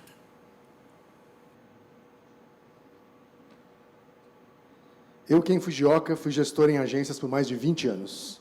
Durante esse período, por muito tempo, achei que era normal trabalhar além do horário comercial. Eu achei que era normal perder noites e fins de semana por causa do trabalho. Mas o pior não era o que eu fazia comigo mesmo. O pior é o que eu fiz com os outros. Eu fiz pessoas trabalharem desse jeito como se fosse normal. Fiz pessoas perderem a chance de passar mais tempo com suas famílias e amigos. E, provavelmente, fiz pessoas terem problemas de saúde de tanto trabalhar. Fazer as pessoas trabalharem demais é desumano e uma forma silenciosa de abuso de poder. Eu já fui um assediador moral. A primeira vez que eu, Ana Cortá, sofri assédio sexual, eu tinha 19 anos. E eu estava tentando publicar um livro. O editor me convidou para um restaurante, onde ele me disse como usaria a língua na minha vagina, enquanto eu olhava paralisada, sem conseguir responder, nem me levantar, nem gritar, nem me mover. Nasci nos anos 60, me tornei executiva nos anos 90, ao lado de poucas mulheres, mimetizando o modelo masculino. Meu primeiro presidente fazia fila de esporro.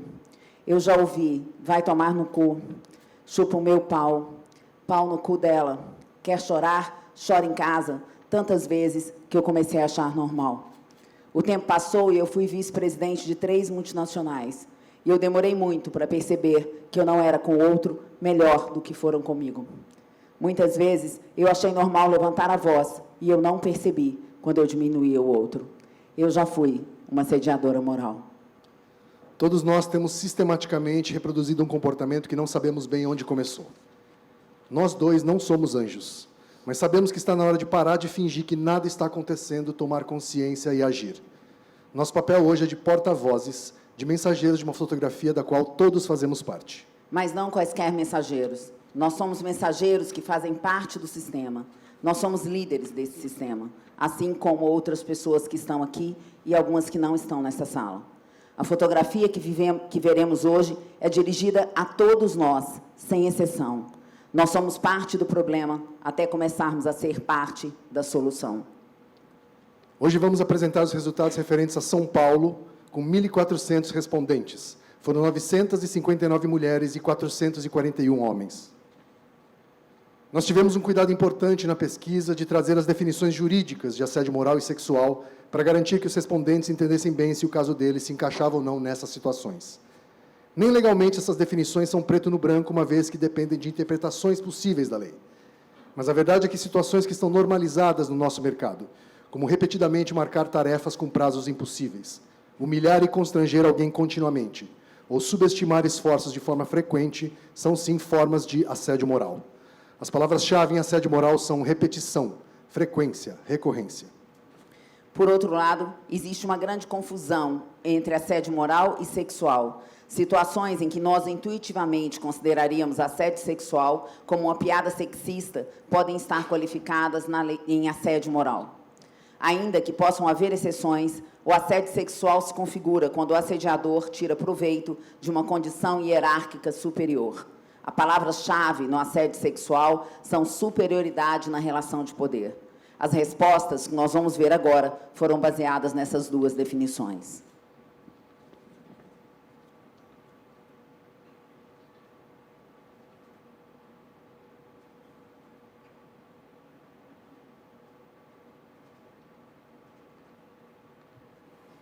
mulher, 35 anos. Por inúmeras vezes, o diretor da criação e de produção já bateram nela dizendo: é de uma bunda assim que precisamos aqui. Chorei todas as vezes que isso aconteceu. Contei no RH, mas o RH disse que deveria agradecer por eles gostarem de mim.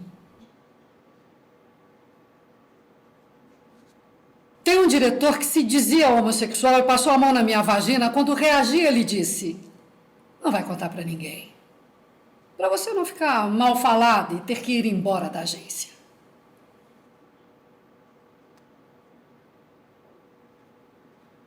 A primeira coisa que achamos importante contar para vocês é o tamanho do problema.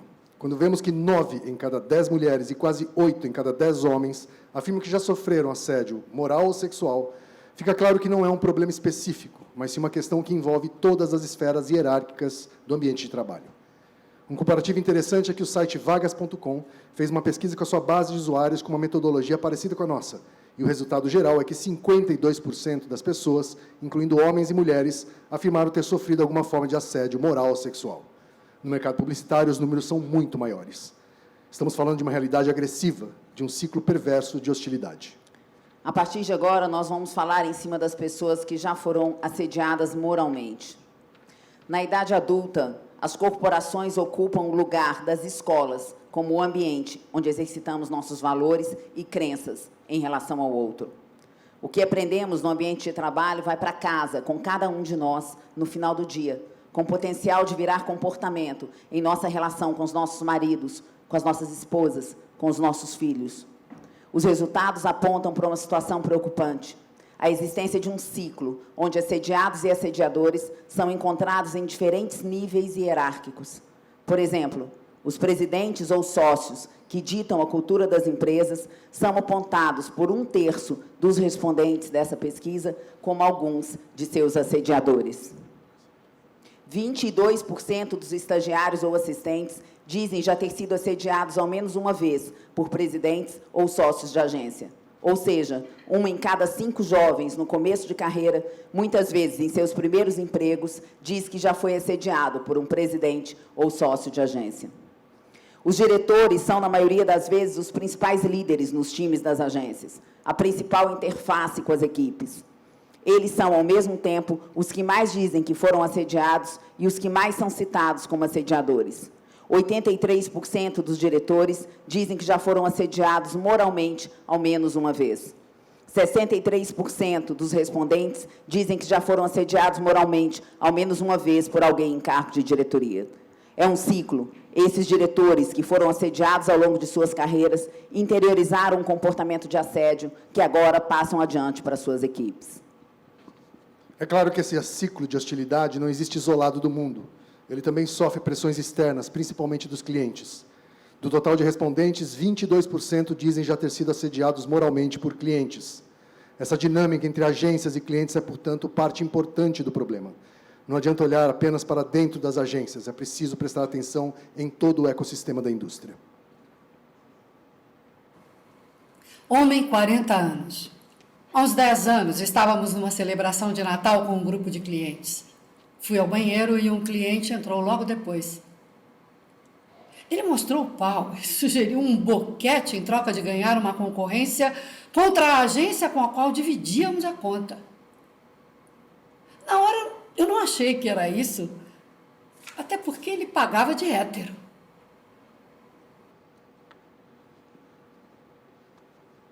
Os ambientes de trabalho refletem também alguns dos nossos problemas culturais.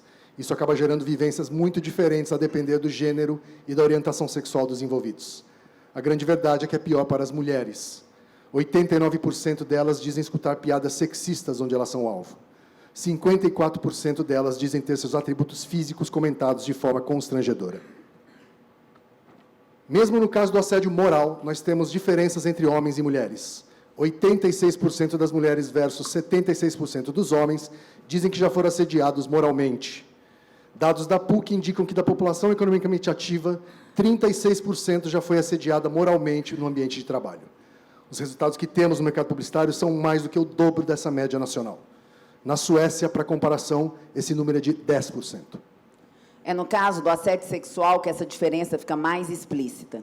Metade das mulheres que responderam a essa pesquisa dizem já ter sofrido assédio sexual versus 9% dos homens. Esse ambiente tóxico gera consequências de saúde, principalmente no assédio moral, que tem uma natureza mais frequente. 62% das mulheres e 51% dos homens afirmam ter tido algum problema de saúde decorrente de assédio moral. Alguns desses sintomas afetam igualmente homens e mulheres, como síndrome de ansiedade, sentimento de inutilidade, insônia e depressão. Mas existem também diferenças entre esses dois grupos. Por exemplo, é mais comum nos homens a falta de libido e o abuso de bebidas alcoólicas. E nas mulheres, crises de choro, dor de cabeça e falta de ar. Mas o dado mais alarmante para nós é o fato de que 10% das pessoas que tiveram sintomas físicos afirmaram ter tido pensamentos suicidas. E nesse estudo, 8 respondentes afirmaram ter tentado se suicidar, influenciados pelo assédio moral que sofreram. Mulher, 35 anos.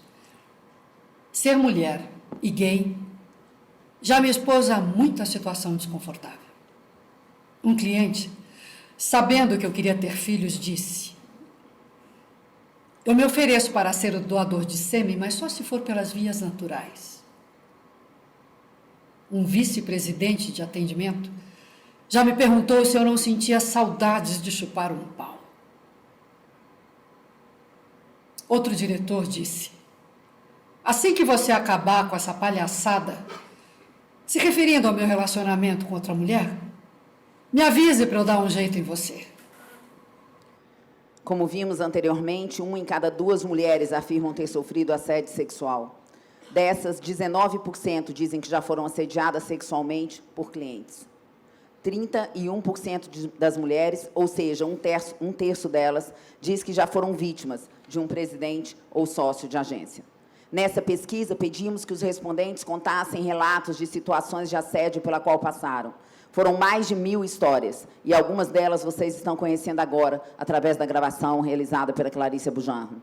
Considerando o assédio sexual, percebemos que não se trata apenas de ouvir comentários constrangedores e intimidatórios, como 78% dos relatos dessas mulheres ilustram.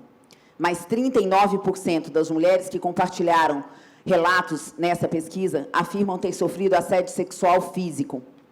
Isso inclui massagens não solicitadas, passadas de mãos nas coxas, tapas nas bundas e toques nas vaginas dessas mulheres. Tocar na vagina de uma mulher é estupro, segundo a lei brasileira. Mulher, 42 anos. Já passei por situação em que pediam para desfilar na criação por ter sido escolhida por um grupo de homens para um concurso de a mais gostosa da agência. Vocês não imaginam como é ofensivo e constrangedor. Nosso mercado não chegou nesse estágio por acaso. Se vivemos hoje esse ambiente hostil, é porque nos silenciamos por décadas diante do assédio. Não denunciamos, fomos coniventes, não tomamos providências reais, não criamos uma rede de apoio, nem canais confiáveis para denúncias. O silêncio mantém o status quo, e a omissão paralisa. O principal fator paralisante é o medo de ser julgado, medo de ser demitido, medo de retaliação. A maior parte das pessoas diz que se cala ou ignora situações de assédio, às vezes ou com frequência, por esses 3 motivos. Ou seja, as pessoas não estão se sentindo poderosas o suficiente para reagir. Elas têm medo de perder o emprego e têm medo de piorar uma situação que já está ruim. Mulher, 29 anos. Quando meu diretor de criação veio me avisar que eu trabalharia pelo 8º fim de semana seguido, eu comecei a chorar, alegando que estava exausta. Nesse momento, ele virou para um colega de trabalho e disse: por isso que não dá para contratar mulher. Mulher chora, não aguenta o tranco. Por causa do tempo, a gente vai encerrar.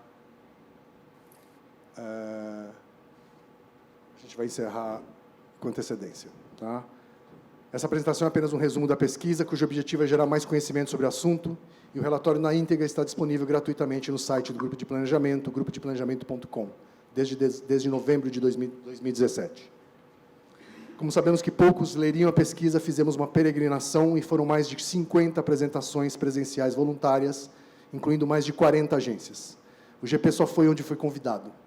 Não forçou a porta de ninguém. O objetivo principal sempre foi trazer a pauta para a discussão, pois reconhecer o problema é o primeiro passo para melhorar o cenário. Não há diversidade para valer enquanto houver cultura de assédio. O assédio expulsa minorias e minorizados. Neste momento, aproveitamos para parabenizar as pessoas e agências que, mesmo sem uma articulação institucional, já tomaram providências reais contra a cultura do assédio. Pedro Reis e Juliana Laporta, da Wonderman. Aline Rossin e Lucas Melo, da LiveEd. André Passamani e Eduardo Camargo, da Mutato. Roberto Grossman e da Renata Dávila, da FBIS. Diego Machado e Hugo Veiga, da EQQA. Roberto Martini, da Flag Cubo. E Flávia Campos, da Artplan. E agradecemos também a atenção de todos vocês. Obrigada.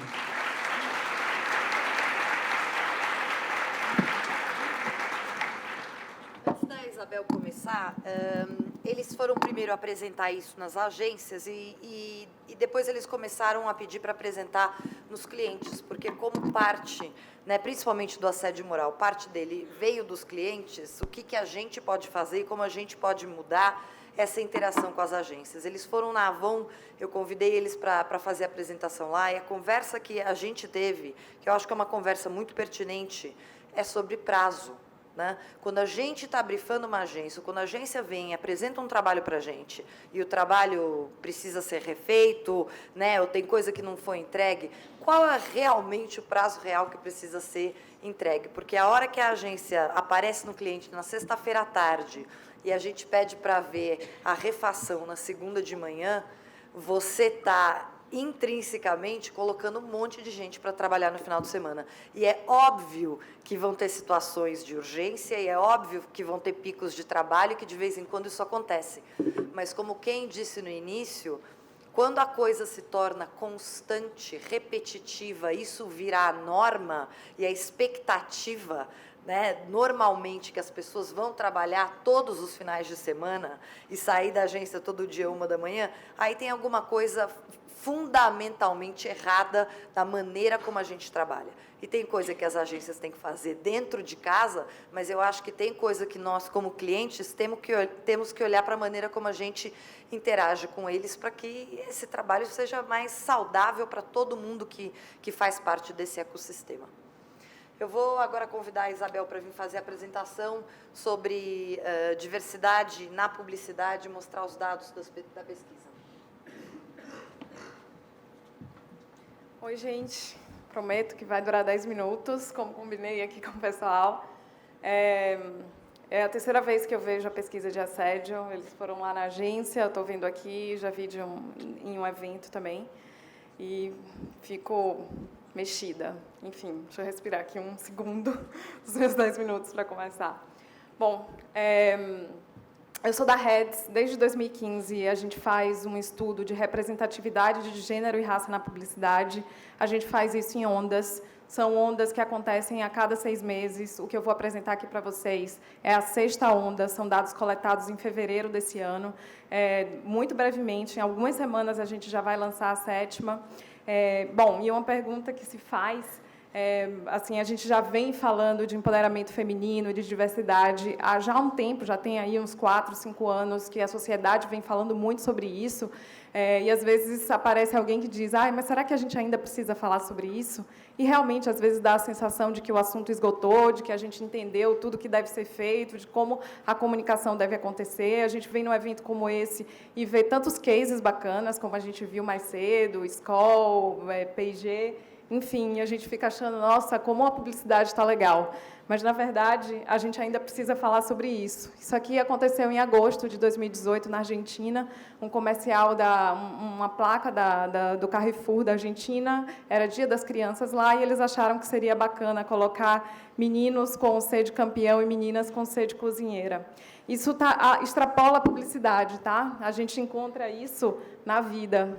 Outro dia eu fui comprar um presente para o meu sobrinho, entrei numa loja de brinquedos e me dei de cara com o jogo da vida. E eu apresento para vocês o jogo da vida, que são aí essas profissões, esses personagens. Onde estão as mulheres? As mulheres estão ali morrendo de amores, procurando um namorado, casando. Tem essa menina aí correndo com flores na mão. Eu não sei se ela pegou o buquê ou se ela é uma grande empreendedora da floricultura mundial. Acho que não. Mas assim, o que mais me chama a atenção também é que tem ali a tag, novas profissões e situações. Então, já é um brinquedo, né, que já foi aí revisto e continua com esses estereótipos tão nocivos. Não preciso nem explicar muito. Bom, como o tempo é pouco, eu vou condensar aqui os principais aprendizados que a gente mostra para as pessoas após todos esses anos trabalhando com essa pesquisa, tá? Primeiro, que quando a gente fala em empoderar, é dar voz. Isso é muito simples, tá? É literalmente isso. É dar voz para os grupos que estão minorizados. Um bom exemplo recente, que acho que todo mundo deve lembrar, foi essa campanha do Dia dos Pais do Boticário. Um comercial com uma situação banal de Dia dos Pais, né, de pai com os filhos, num dilema engraçado, mas todos negros, e ali dando voz. E foi só pelo fato de ser uma família negra que esse comercial teve tanta repercussão. E só para deixar claro também, a gente monitorou todos os comentários a respeito dessa campanha e se fala muito mais positivamente do que negativamente, só para a gente se encher de coragem. Outro aprendizado, para mim, assim, é um dos maiores, é o que as marcas ter uma oportunidade de se aprofundar muito, é que quando a gente fala de multiplicidade de papéis para mulheres, isso deve ser muito diferente de acúmulo de papéis.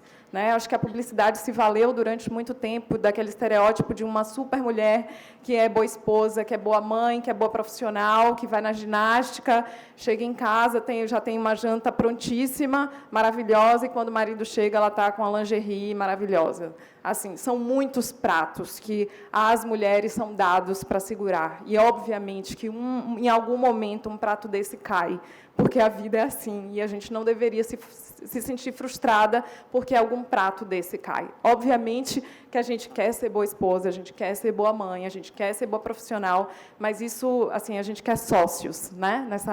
Nesse jogo da vida, nesse verdadeiro jogo da vida que a gente luta por ele. Outro aprendizado importante é que, quando a gente fala de empoderamento, a gente está falando de escolha. Ao invés da publicidade dizer o que é que as mulheres devem ser, ou fazer, ou dizer, o mais legal seria que as marcas incentivassem as mulheres a elas serem o que elas quiserem. E eu vou mostrar agora para vocês um comercial, ele não é brasileiro, mas que eu acho muito pertinente desses dois últimos aprendizados, tanto da escolha quanto da multiplicidade de papéis. Ele é interessante porque você consegue ver também inúmeras tensões que as mulheres vivem em relação a essas escolhas e esses papéis que a gente exerce.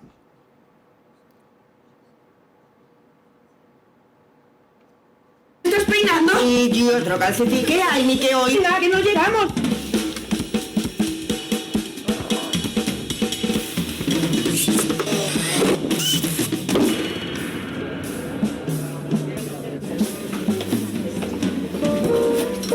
Buenas noches. Tenemos como plato del día, no he ido al gimnasio porque no me ha dado la gana, y ya iré si puedo con salsa de trufanera. Mejor voy a pedir, hoy no llego a recoger a mis hijos al cole con loncha de pavo, acompañado de... Ya está su padre para hacerlo, digo yo. ¿Y usted? Sigo sin pareja estable y me la resbala sobre base de aguacate y arándanos. ¿Lo quiere con extra de me la resbala? Ya lo creo. Un crocante de no me caso porque no me da la gana con taquitos de pavo. También tenemos no pienso tener hijos y que sin ralladura de ningún tipo. Ay, me encanta. Sí, sin ralladura mucho mejor, sí. Yo voy a querer un ravioli de no te digo yo lo que me importa estar perfecta después del parto al pepino. ¿Lo saben ya? Pues sí.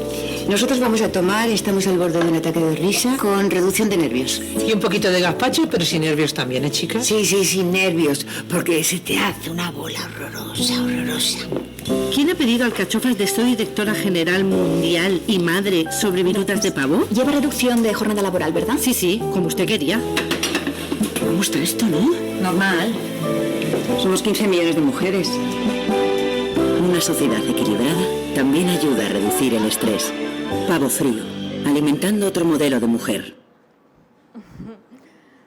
Bom, o quarto aprendizado é que, quando a gente fala de empoderamento, a gente está falando de uma relação ganha-ganha. Não é que as mulheres querem matar os homens, se trata de uma guerra dos sexos. É algo que os dois devem ganhar nessa história. E aí eu trago para vocês essa caixa dos homens que foi feita pelo Papo de Homem, que eu acho muito interessante. Os homens também não são beneficiados dessa igualdade, eles também estão encarcerados em papéis que às vezes são sufocantes ou limitantes, né, como heterossexual, fisicamente forte, corajoso, não chora, aptidão sexual 100%. Então, também são pressões masculinas que pesam e que a proposta é justamente que os dois lados ganhem. O Getty Images, da Inglaterra, ele trouxe tendências visuais para a comunicação de 2018 e eles propõem a chegada de imagens que tratem o homem com mais sensibilidade, mostrando vulnerabilidade, que mostre o homem como um ser mais complexo, né, do que simplesmente aquele padrão, aquela caixa que a gente está acostumado. E eles notaram, eles fizeram essa mudança no banco de imagens justamente pelo crescimento da busca de itens como pais homossexuais, pai solteiro, meditação do homem, diversidade e inclusão e LGBT. Bom, portanto, a gente fala que empoderamento é equilíbrio. Visto esses aprendizados, vamos para a pesquisa. Como eu falei para vocês, a gente se propõe a responder 3 perguntas. Quem são os personagens? Como é que eles são representados? E se as mensagens que são passadas, elas empoderam ou estereotipam? Tá? A gente está na 6ª onda e a gente sente que foi a partir da 4ª que a gente começa a ter viradas interessantes na publicidade que a gente produz. E aí, só falando um pouco de critério, para a gente fazer elencar onde é que cada história está, a gente criou um glossário, o glossário do estereotipo e do empodera. Não vai dar para a gente falar muito sobre ele, mas todo esse material também vai ficar disponibilizado. E vamos lá para os resultados, quem são os personagens. Então, quando a gente olha o gráfico, a gente vê que há mais ou menos um equilíbrio entre quantidade de protagonistas, homens, mulheres, ou então o produto, mas quando a gente abre para a raça, é aí que a situação ela fica um pouco mais grave, né? A gente vê ali, por exemplo, de homens brancos, 75% protagonistas contra 11%, no caso de mulheres, 73%, 16%. E o que eu quero mostrar para vocês é que esse dado já foi bem pior. Tá? A gente está na 6ª onda, a linha azul é a linha dos protagonistas brancos, de mulheres, a linha preta são os de mulheres protagonistas negras. Então, a gente vê um crescimento, né, de mulheres negras protagonistas, mas ainda não na velocidade que a gente se espera.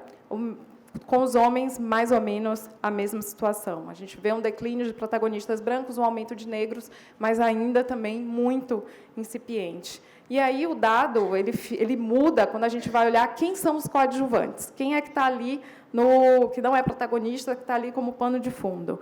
Então, a gente vê que os negros são maioria, no caso dos homens, no caso das mulheres também, e que essa diversidade que a gente tem falado tanto, ela ainda está muito em segundo plano, e colocando grupos minorizados como contexto. Então, é algo que a gente precisa prestar atenção, porque, como a gente aprendeu lá, empoderar e dar voz é outra coisa, não é coadjuvante, é ser protagonista. Então, o cenário ele aponta mudanças positivas, mas a gente não comemora totalmente. A gente sabe que mais de 50% da população brasileira se considera negra, se autodeclara negra, e embora a gente nunca tenha encontrado nenhum conteúdo ofensivo, o fato da gente não dar visibilidade para uma raça, isso é considerado uma violência, sim. Embora seja uma violência simbólica, é uma violência que agride as pessoas que não se veem representadas em situações de consumo. Então, a gente chega a uma conclusão de que a publicidade brasileira ainda é racista, né? A gente está fazendo essa pesquisa desde 2015 e esse dado ele se perpetua. Mas vamos lá, como é que essas pessoas são representadas? Para fazer isso, a gente fez uma escala corporal e a gente vê que o biotipo mais presente na publicidade é aquele tipo 2 ali, que é uma Bruna Marquezine. Quando a gente vai... Outro dado interessante e positivo é que a gente está vendo mais cabelos cacheados do que antes, então, a queda de representatividade de cabelo liso e um aumento de cabelo cacheado. Quando a gente vai olhar para homens, a gente vê uma concentração ali naquele tipo 2 também, tipo 2 e tipo 3, um Justin Bieber ali, magrinho, malhado e um mais malhadão. Os carecas, gente, eles não têm vez. Na 6ª onda, eles foram 0%. Na 7ª, eu já peguei o dado, são 2%, mas, assim, ainda também não é representativo. E, por fim, a gente olha assim, empodera ou estereotipa. Tá? Os estereótipos mais insistentes que aparecem para mulheres é a objetificação, a idiotização, A mulher sendo responsável pelos cuidados com a família e o padrão de beleza. Quando a gente olha para o masculino, também a objetificação, machismo, profissões, ou seja, você coloca como um homem uma profissão que se espera que seja feita por um homem, tá? E idiotizado. Então, a gente vai chegando às conclusões. Assim, a gente sente que há uma evolução no pensamento das marcas. Essas duas campanhas são da Johnson. A gente pegou em 2 momentos diferentes da pesquisa, um lá em 2015 e um em 2018, e a gente vê como evoluiu, né? No caso, em 2018, a menina já não está ali numa postura princesa, numa atitude princesa, ela está ali aventureira lutando contra o dragão, e quem está cuidando dela é o pai, então isso aí é uma mudança positiva, mas essa evolução ainda não acontece na velocidade que a gente espera.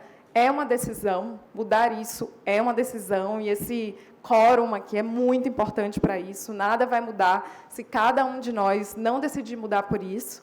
E é por isso que a gente diz que todas as empresas têm a possibilidade, a oportunidade, a responsabilidade de fazer parte dessa mudança. É para todos nós. Obrigada.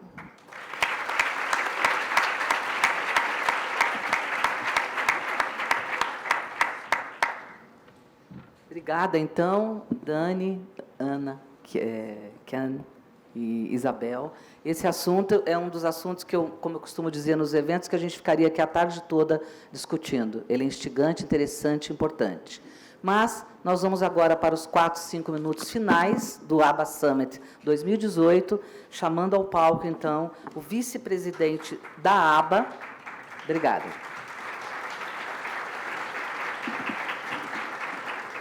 Afonso Champ, que é diretor de Assuntos Corporativos, Brasil e Cone Sur da Ferreiro.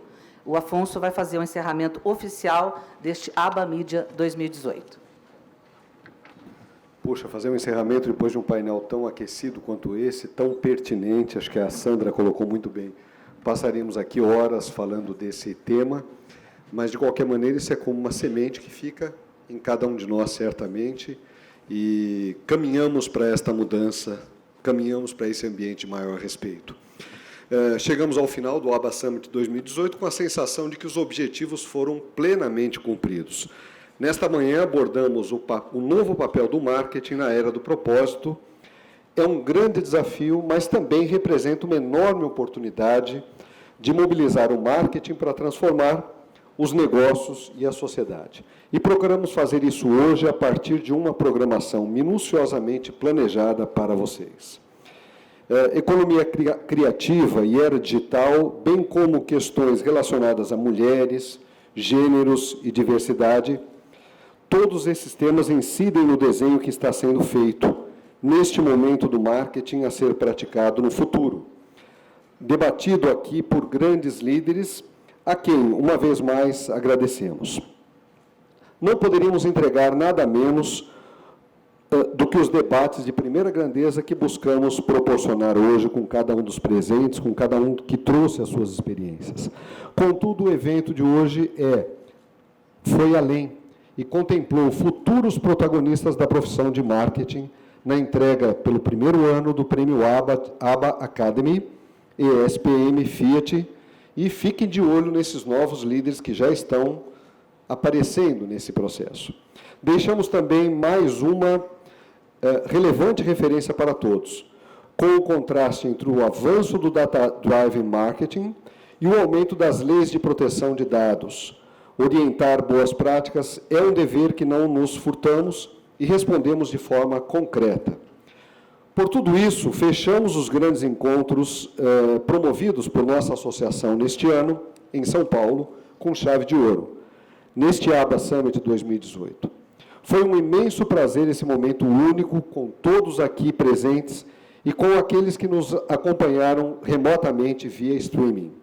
A cada um de vocês, mais uma vez, o nosso agradecimento. O ano se encaminha para o final, mas o trabalho da ABA não para. Estamos nos preparando para os 60 anos de atividade que a ABA completa agora em 2019 e que vamos celebrar também juntos. Tenho convicção de que será no novo ano, um período marcado por muitas realizações e conquistas. Por isso, não deixem de nos acompanhar, seja em nosso portal ou nas redes sociais. Agradeço, Sandra, a honra de fechar esse ABA Summit. E me despeço de todos, desejando uma ótima tarde e o nosso muito obrigado em nome da diretoria da ABA. Obrigado.